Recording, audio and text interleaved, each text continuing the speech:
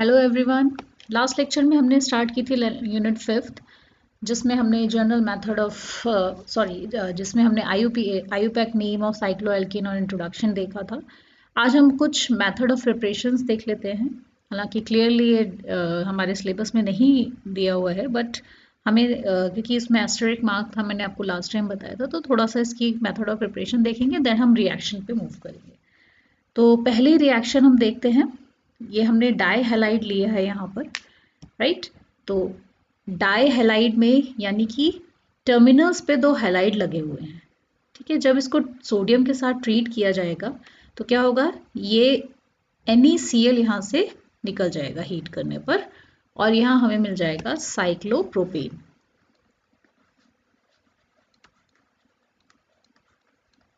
Okay, इसी तरह से 3 या 6 मेंबर रिंग की प्रिपरेशन के लिए यूजफुल होती है रिएक्शन, और इस रिएक्शन को एक्सटेंशन ऑफ वुड्स रिएक्शन भी कहा जाता है।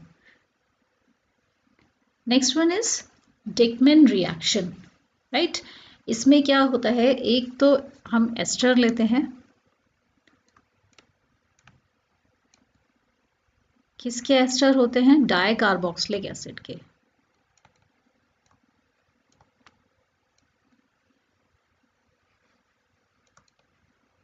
राइट।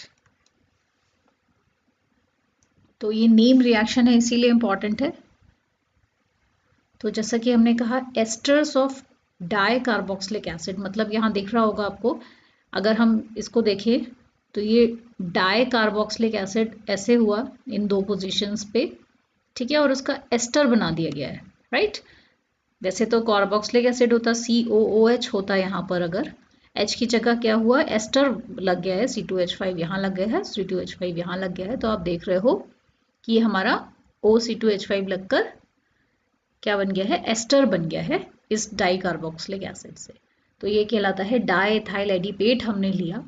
जब इस डाई एथाइल एडिपेट को हम सोडियम की प्रेजेंस में रिएक्ट कराएंगे तो होता क्या है, यहाँ से एक, ये देख रहा है आपको, एक अल्कोहल रिलीज होता है।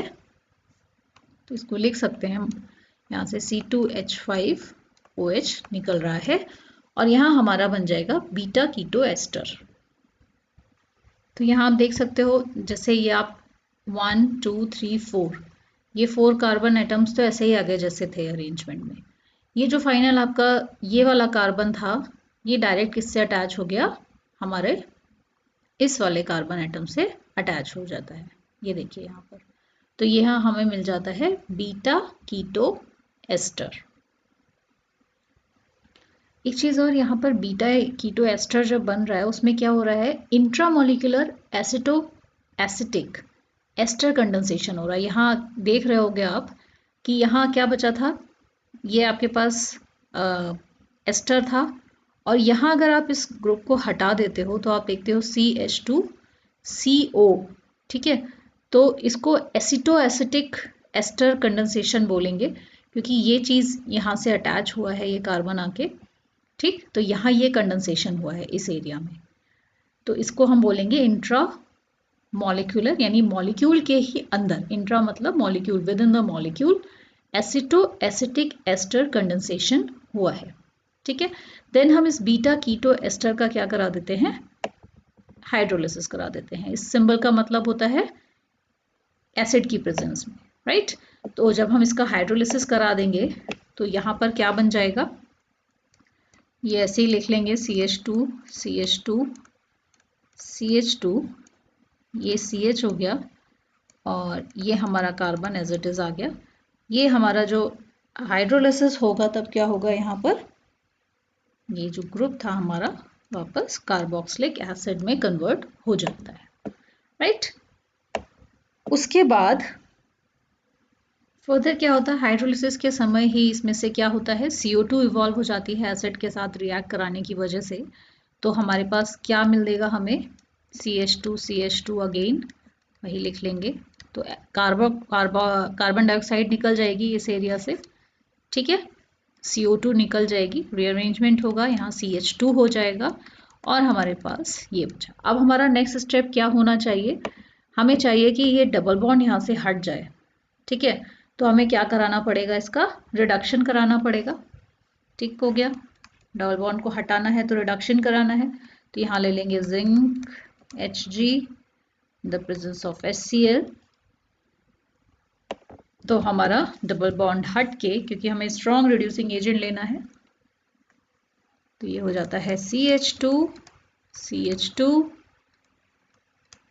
गेन, यहाँ पर हमारा CH2, और ये जो हमारा डबल बॉन्ड था ये हटकर CH2, और हमारे पास क्या आ गया है, ये 1 2 3 4 5 कार्बन एटम्स।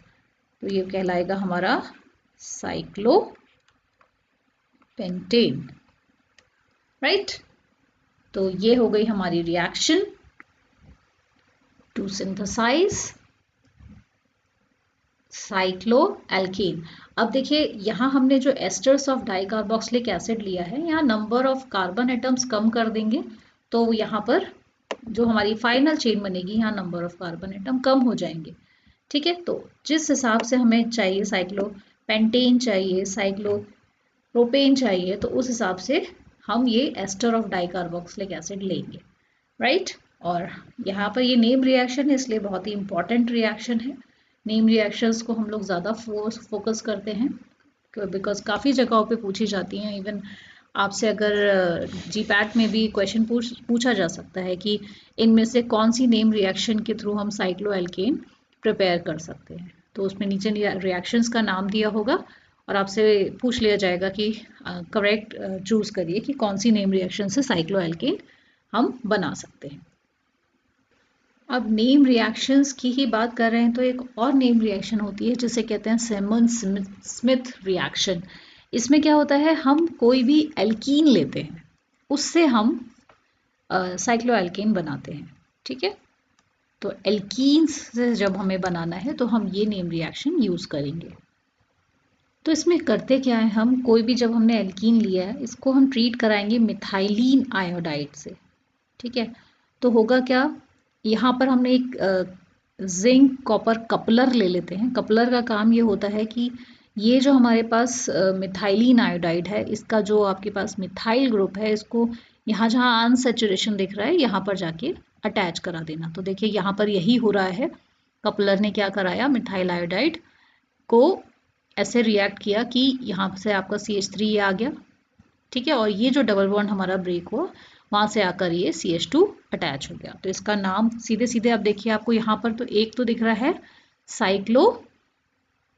साइक्लोप्रोपेन दिख रहा है, ठीक है, और ये लगा हुआ है मिथाइल ग्रुप। 1 पोजीशन पे कहेंगे तो यहाँ से नंबरिंग करेंगे तो 1 2 3 पोजीशन ऐसे हो जाएगी, तो 1 मेंशन करने की ज़रूरत नहीं है, इसलिए हम सीधे से लिख देंगे मिथाइल साइक्लोप्रोपेन, राइट। अब अगर हम चाहें तो ऐसा हमने कोई ग्रुप ले लिया जहां भी आपको अनसैचुरेशन दिखाई देगा, जैसे कि ये ले लिया मान लीजिए, ठीक है। तो यहाँ पर एक CH3, यहाँ CH3, अनसैचुरेशन किसके बीच में, यहाँ दिखाई दे रहा है। तो अगर हम ये ले लेते हैं मिथाइल आयोडाइड की प्रेजेंस में, सॉरी मिथाइलिन आयोडाइड की प्रेजेंस में, तो ये हो जाएगा हमारा CH3 ऐसे आ गया, CH ये वाला आ गया, ठीक है। एक बॉन्ड यहाँ पर आ जाएगा 1 2 3 CH3, और यहाँ आपका 1 2 3, सॉरी एक ही अच्छा आएगा यहाँ पर 1 2 3 4, ठीक है। तो ये आपका हो जाता है। अगर आप इसकी नंबरिंग करेंगे तो आपको नंबरिंग कैसे करना पड़ेगी, इसे 1 लिया है तो इसे 2 लेंगे, ठीक है। नंबरिंग किधर किसी भी एक से कर सकते हैं, लेकिन अगर इसे 1 लिया होता तो इसे 2 लेते, क्योंकि हमें जो मिनिमम नंबर की तरफ ही मूव करना है। तो 1 2 3 ऐसा नंबर, हम ऐसी नंबरिंग हमें चूज करनी है कि दूसरे सब्सटीट्यूशन को भी मिनिमम नंबर मिले, राइट। तो ये हो जाता है हमारा 1 2 di methyl cyclopropane, okay. Next एक हम जब बेंजीन पढ़ रहे थे तो हमने देखा था बेंजीन की रिएक्शन में कि जब हमने बेंजीन को रिएक्ट करा दिया था, रिडक्शन करा दिया था उसका, ठीक है, तो बार बार रिडक्शन कराया in the presence of strong reducing agent निकल, ठीक है, और प्रेशर के साथ। इतना आसान नहीं है बेंजीन की में एडिशन रिएक्शंस या फिर इसकी एरोमेसिटी को ब्रेक करना, इसलिए हमें कुछ एक्स्ट्रा चाहिए होगा। तो हमें मिला था साइक्लोहेक्सेन, ठीक है, तो रिएक्शन भी इसमें इंक्लूड कर लेंगे हम, यानी साइक्लोहेक्सेन बनाने की प्रिपरेशन है ये सिंथेसिस की, तो ये इसमें इंक्लूड हो जाएगी, ठीक है। तो ये तो रही हमारी सिंथेसिस। अब हम मूव करते हैं reactions of cyclopropane and cyclobutane की तरफ। So before moving towards the reactions, एक बार हम इसकी फिजिकल प्रॉपर्टीज देख लेते हैं, क्योंकि इसके बाद तो हमें केमिकल प्रॉपर्टी पढ़नी ही है। तो फिजिकल प्रॉपर्टी की अगर हम बात करें तो जो साइक्लोप्रोपेन और साइक्लोब्यूटेन होते हैं वो गैसेस होते हैं एट रूम टेम्परेचर, ठीक है, तो गैसियस फॉर्म में होते हैं रूम टेम्परेचर पे, जबकि जो बाकी साइक्लोएल्केन्स होते हैं वो लिक्विड होते हैं, राइट। और अगर हम मेल्टिंग पॉइंट और बॉइलिंग पॉइंट की बात करें तो मेल्टिंग पॉइंट और बॉइलिंग पॉइंट सारे ही साइक्लोएल्केन्स का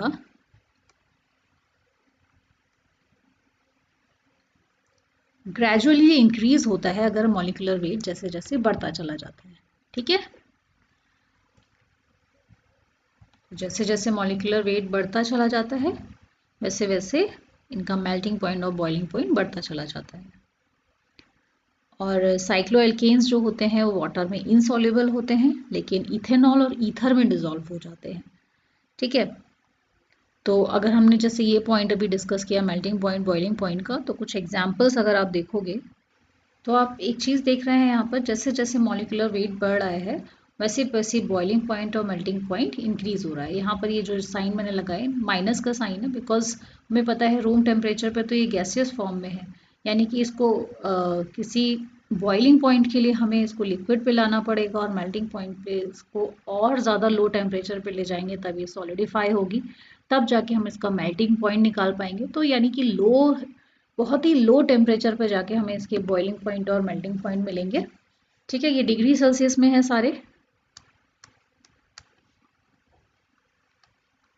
ओके। तो बहुत लो, देखिए जब ऐसे गैसेस और जो लिक्विड्स होते हैं रूम टेम्परेचर पे अगर हम बोल रहे हैं कि वो सॉलिड है, रूम टेम्परेचर सॉरी गैसेस हैं या लिक्विड्स हैं, तो रूम टेम्परेचर पे कह रहे हैं, इसका मतलब अगर हम उसे लो टेम्परेचर पे ले जाते रहेंगे तब जाके हम उसे सॉलिडिफाई या लिक्विडिफाई कर पाएंगे, इसीलिए यहाँ माइनस में टेम्परेचर हो गया है, ठीक है। इस चीज़ पे गौर करेंगे। और हम देख रहे हैं जैसे जैसे यहाँ पर इसका मॉलिक्यूलर वेट इंक्रीज हो रहा है वैसे वैसे बॉइलिंग पॉइंट और मेल्टिंग पॉइंट इंक्रीज हो रहा है। तो अब अगर हम बात करते हैं केमिकल प्रॉपर्टीज़ की, तो उसी में हमारी रिएक्शंस आ जाती हैं, ठीक है। तो सबसे पहली बात तो यह है कि जो साइक्लो एल्केन्स होते हैं, एल्केन्स की जैसे रिएक्शंस देते हैं तो इनका केमिकल बिहेवियर भी एल्केन्स जैसा ही होता है, ठीक है। तो इनका chemical behaviour equivalent to alkenes होता है। तो दूसरी चीज़ ये है कि साइक्लोप्रोपेन और साइक्लोब्यूटेन जो होते हैं दोनों एक्सेप्शन है, ठीक है। कुछ रिएजेंट्स के साथ ये रिंग ओपनिंग रिएक्शंस भी देते हैं और एडिशन प्रोडक्ट्स भी देते हैं, ठीक है। तो बोथ आर एक्सेप्शन, इसीलिए शायद यही रीज़न है कि हम स्पेशली साइक्लोप्रोपेन और साइक्लोब्यूटेन को ही पढ़ने वाले हैं रिएक्शंस के केस में। तो आइए एक एक करके रिएक्शंस देखते हैं। तो सबसे पहले हम देखेंगे सब्स्टिट्यूशन रिएक्शन, मतलब कि जैसे ही हमारा जैसा कि साइक्लोप्रोपेन है तो उसके ऊपर सीधे सीधे सब्स्टिट्यूशन हो जाएगा। और सेकेंड हम देखेंगे ऐसी रिएक्शन जिसमें रिंग जो हो रही है वो ओपन हो जा रही है। तो पहले हम देखेंगे सब्स्टिट्यूशन रिएक्शन। तो यहाँ हम देखेंगे हमने साइक्लोएल्केन्स को रिएक्ट कराया क्लोरीन और ब्रोमीन से, किसी से भी हो सकता है दोनों में से, in the presence of UV light, ठीक है। तो उसने क्या किया, सब्स्टिट्यूशन प्रोडक्ट दिया क्लोरोसाइक्लोप्रोपेन, ठीक है। और HCl निकल जाएगा यहाँ से, क्योंकि यहाँ से एक हाइड्रोजन भी रिमूव होगा तो HCl एक बाहर आ जाता है। ठीक है, तो एक एग्जाम्पल ये हुआ सब्स्टिट्यूशन का। सेम यही रिएक्शन अगर हम साइक्लोहेक्सेन के साथ कराते हैं तो सेम क्या होता है, क्लोरीन वहाँ पर जाकर सब्स्टिट्यूट हो जाता है और क्लोरोसाइक्लोहेक्सेन बनाता है और HCl भी होता है। तो सब्स्टिट्यूशन रिएक्शंस के एग्जाम्पल्स तो हमें पहले ही पता हैं। अब हम यहाँ कुछ रिएक्शंस ऐसी देख लेते हैं जहाँ पर रिंग ओपन हो रही है। तो सब्स्टिट्यूशन रिएक्शन तो ठीक है, एल्केन के जैसे रिएक्शंस हमें रिंग जैसी रिएक्शंस मिल रही हैं। जैसे एल्केन्स में फ्री रेडिकल सब्स्टिट्यूशन होता है, वैसी रिएक्शन हमें मिल रही थी सब्स्टिट्यूशन वाली। लेकिन ring opening reaction is not like alkenes. तो रिंग की जो रिएक्शंस ओपनिंग होने वाली होती हैं वो एल्केन के जैसे केमिकल प्रॉपर्टी नहीं शो हो रही है, इसका मतलब। और अगर हम बात करें एडिशन रिएक्शन की, तो साइक्लोप्रोपेन और साइक्लोब्यूटेन जो दो ऐसे हैं एक्सेप्शन जो हमने अभी बोला था, जिनमें एडिशन रिएक्शन होती है जनरली, ठीक है। और तो क्या होता है कि ये रिएक्शन जनरली हमें और उसमें दिखाई नहीं देती है, हायर साइक्लोएल्केन्स में दिखाई नहीं देती है। तो इसीलिए क्या होता है, हम इसको एक्सेप्शन में पढ़ रहे हैं और शायद यही रीज़न है कि आपके सिलेबस में दोनों ही प्रेजेंट है। तो रीज़न एक इसका सबसे बड़ा ये हो सकता है कि मे बी जो हमारा जो रिंग साइक्लो प्रोपेन और साइक्लोब्यूटेन की जो रिंग है, ठीक है, तो ये जो दोनों जो रिंग है उनकी स्टेबिलिटी इतनी अच्छी नहीं होती होगी। तो जब स्टेबिलिटी, क्योंकि रिंग सिस्टम हम जैसे जैसे हायर साइक्लो एल्केन्स की तरफ जाएंगे तो स्टेबिलिटी थोड़ी सी इंक्रीज होगी हमारी, और जहाँ स्टेबिलिटी कम है तो डेफिनेटली जो रिएक्शंस हैं, एडिशन रिएक्शंस हैं, वो ज़्यादा प्रेफर करती हैं ऐसे एटम्स पे। इसमें भी, इन दोनों में भी अगर हम स्टेबिलिटी की बात करें तो कौन सा, इन दोनों के कंपेयर में साइक्लोब्यूटेन ज़्यादा स्टेबल होगा। इसीलिए जनरली हम देखेंगे कि रिएक्शंस जो आपको देगा वो साइक्लोप्रोपेन ज़्यादातर रिएक्शन देगा एडिशन वाली, ठीक है। उनमें से भी कुछ ऐसी रिएक्शन होंगी जो साइक्लोब्यूटेन नहीं भी देता होगा, राइट। तो चलिए स्टार्ट करते हैं हम एडिशन रिएक्शंस को पढ़ना। तो यहाँ पर आप सबसे पहला देखोगे एडिशन ऑफ हैलोजेंस। उसमें अभी अगर हम ऊपर पिछला हम देखें सब्स्टिट्यूशन रिएक्शन में, तो हमने यहाँ पर हैलोजन लिया था, क्लोरीन लिया था, लेकिन उसको किसकी प्रेजेंस में, यूवी लाइट की प्रेजेंस में कराया था। यहाँ हमने क्या किया, रिएजेंट चेंज किया, देखिए तो रिएक्शन चेंज हो गई है। पहले वो रिएक्शन सब्स्टिट्यूशन रिएक्शन हो रही थी जब हम यूवी लाइट की प्रेजेंस में करा रहे थे। यहाँ हमने CCl4 कार्बन टेट्राक्लोराइड ले लिया और डार्क में लिया है, तो यहाँ ये एडिशन रिएक्शन हो गई। यहाँ से क्या हुआ, ये बॉन्ड ब्रेक होता है और यहाँ जाके Br अटैच हो जाते हैं दोनों साइड में, ठीक है। ये ब्रोमीन जो होगा इन दोनों कार्बन एटम से अटैच हो जाएगा, ये यहाँ से रिंग ब्रेक हो जाएगी और आपको मिल जाता है 1,3 डाई ब्रोमो प्रोपेन। नंबरिंग कर लीजिए इसकी 1 2 3, तो 1,3 डाई ब्रोमो प्रोपेन, ओके। तो हम दो तरह की रिएक्शंस पढ़ रहे हैं, साइक्लोपेंटेन और साइक्लोब्यूटेन। तो साइक्लोपेंटेन तो हमने देख लिया, ठीक है, इसने रिएक्शन दे दी, लेकिन साइक्लोब्यूटेन ये रिएक्शन नहीं देगा। सॉरी, साइक्लोपेंटेन नहीं, साइक्लोप्रोपेन होगा। I am really sorry, because pentane हो गया तो हायर हो गया, और हायर तो ये एडिशन रिएक्शन देंगे ही नहीं। तो साइक्लो 1 2 3 प्रोपेन, तभी मैं कहूँ कुछ गलत लग रहा था मुझे, प्रोपेन, राइट। तो यहाँ भी प्रोपेन ही है, ठीक है। तो इसका मतलब हायर जितने भी आपके साइक्लो एल्केन्स है वो ये रिएक्शन नहीं देंगे, इसका मतलब साइक्लोब्यूटेन तक ये रिएक्शन नहीं देता है, ये याद रखेंगे, ठीक है। नेक्स्ट हम मूव करते हैं। अगर हम HBr और HI की प्रेजेंस में अगर एडिशन कराते हैं तो क्या होता है। इसमें भी सिंपली यही है, हमने एक साइक्लोप्रोपेन ले लिया है in the presence of concentrated HBr। तो क्योंकि यहाँ पर HBr है, आप देखोगे पिछली वाली रिएक्शंस अगर, तो यहाँ पर एक ही ब्रोमीन है हमारा, तो एक साइड पर जाके अटैक करेगा और एक यहाँ से हमारे पास क्या निकल जाएगा, ब्रोमीन यहाँ पर अटैच हो जाएगा जाकर। तो इसको हम लिख सकते हैं 1 ब्रोमो प्रोपेन।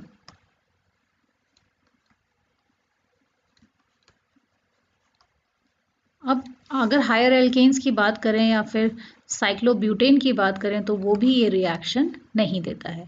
बहुत ही स्पेसिफिक कंडीशंस में अगर हम HI की प्रेजेंस में अगर हम कराते हैं तो एक बार को आइडोब्यूटेन हमें मिल सकता है, लेकिन अगर हायर एल्केन साइक्लो एल्केन्स की बात करें तो ये रिएक्शन जनरली नहीं मिलती है। और बहुत ही स्पेसिफिक कंडीशंस में HI के साथ हमें ये मिल सकता है। तो यहाँ पर आइडो लग जाता है। देखिए ओपन चेन है, अगर इसको कहेंगे तो ओपन चेन ही कहेंगे, ठीक है। तो ये हो गया। नेक्स्ट हमारा है addition of hydrogen. Addition of hydrogen जो है वो दोनों ही टाइप के साइक्लोपेंटेन और पेंटेन बोल रही हूँ मैं बार बार, साइक्लोप्रोपेन और साइक्लोब्यूटेन दोनों ही देते हैं। तो हमारी एडिशन ऑफ हाइड्रोजन अगर हमें करना है तो डेफिनेटली हाइड्रोजन लेंगे, हम निकेल की प्रेजेंस में लेंगे और 80 डिग्री सेल्सियस टेम्परेचर पे यहाँ हम देख रहे हैं कि ये बॉन्ड ब्रेक हो जाता है, दिस वन। और यहाँ पर क्या हो रहा है, हाइड्रोजन आके अटैच हो जा रहे हैं। तो ये एंड वाले जो हाइड्रोजन, यहाँ CH2 लिख सकते हैं इसको, CH2, तो ये क्या हो जाएगी CH3 और CH3 में कन्वर्ट हो जाते हैं और हमें मिल जाता है प्रोपेन। अब देखिए हमने बोला था कि साइक्लोप्रोपेन से साइक्लोब्यूटेन ज़्यादा स्टेबल है। तो आप देख रहे हो यहाँ टेम्परेचर भी हमें इंक्रीज करना पड़ रहा है, क्योंकि हम जैसे जैसे हायर एल्केन्स की तरफ जाएंगे तो अगर हम हाइड्रोजन एडिशन की बात करें तो हमें हाई टेम्परेचर देना पड़ेगा, क्योंकि स्टेबिलिटी बढ़ती चली जाएगी, ठीक है। तो जनरली ये रिएक्शंस जो एडिशन ऑफ हाइड्रोजन है वो जनरली हमने कई बार देखी हैं ऐसी रिएक्शंस, ठीक है। लेकिन हम हायर साइड में अगर जाएंगे साइक्लो एल्केन्स की तो हमें रिएक्शन कम देखने को मिलेगी। और साइक्लोप्रोपेन और साइक्लोब्यूटेन में तो हम देख ही रहे हैं, ठीक है। तो साइक्लोप्रोपेन जो है वो इजीली रिएक्ट कर जाता है, एडिशन रिएक्शन इजीली दे देता है इन कंपेयर टू साइक्लोब्यूटेन। आपने ऊपर भी देखा गई रिएक्शंस में। तो यहाँ पर जैसे ये बॉन्ड ब्रेक होगा साइक्लोब्यूटेन का, या हाइड्रोजन अटैच होगा, एक हाइड्रोजन यहाँ इस एंड पे अटैच होगा, तो हमें मिल जाएगा नॉर्मल ब्यूटेन इस तरह से। ये हमारी रिएक्शंस ऑफ साइक्लोपेंटेन और साइक्लोप्रोपेन और साइक्लोब्यूटेन यहाँ पर ख़त्म होती है। नेक्स्ट लेक्चर में हम लोग इसकी थ्योरीज जो हैं, स्ट्रेन थ्योरीज हैं, उनके बारे में डिस्कशन करेंगे। इसका नॉर्मल जो इसकी ऑल अदर थिंग्स थी उस यूनिट की हमने कंप्लीट कर ली हैं। अब जस्ट हमें इसकी थ्योरीज के बारे में डिस्कशन करना है। नेक्स्ट लेक्चर में देखते हैं इसकी थ्योरीज। तब तक के लिए इसको पढ़िए। All the best, bye.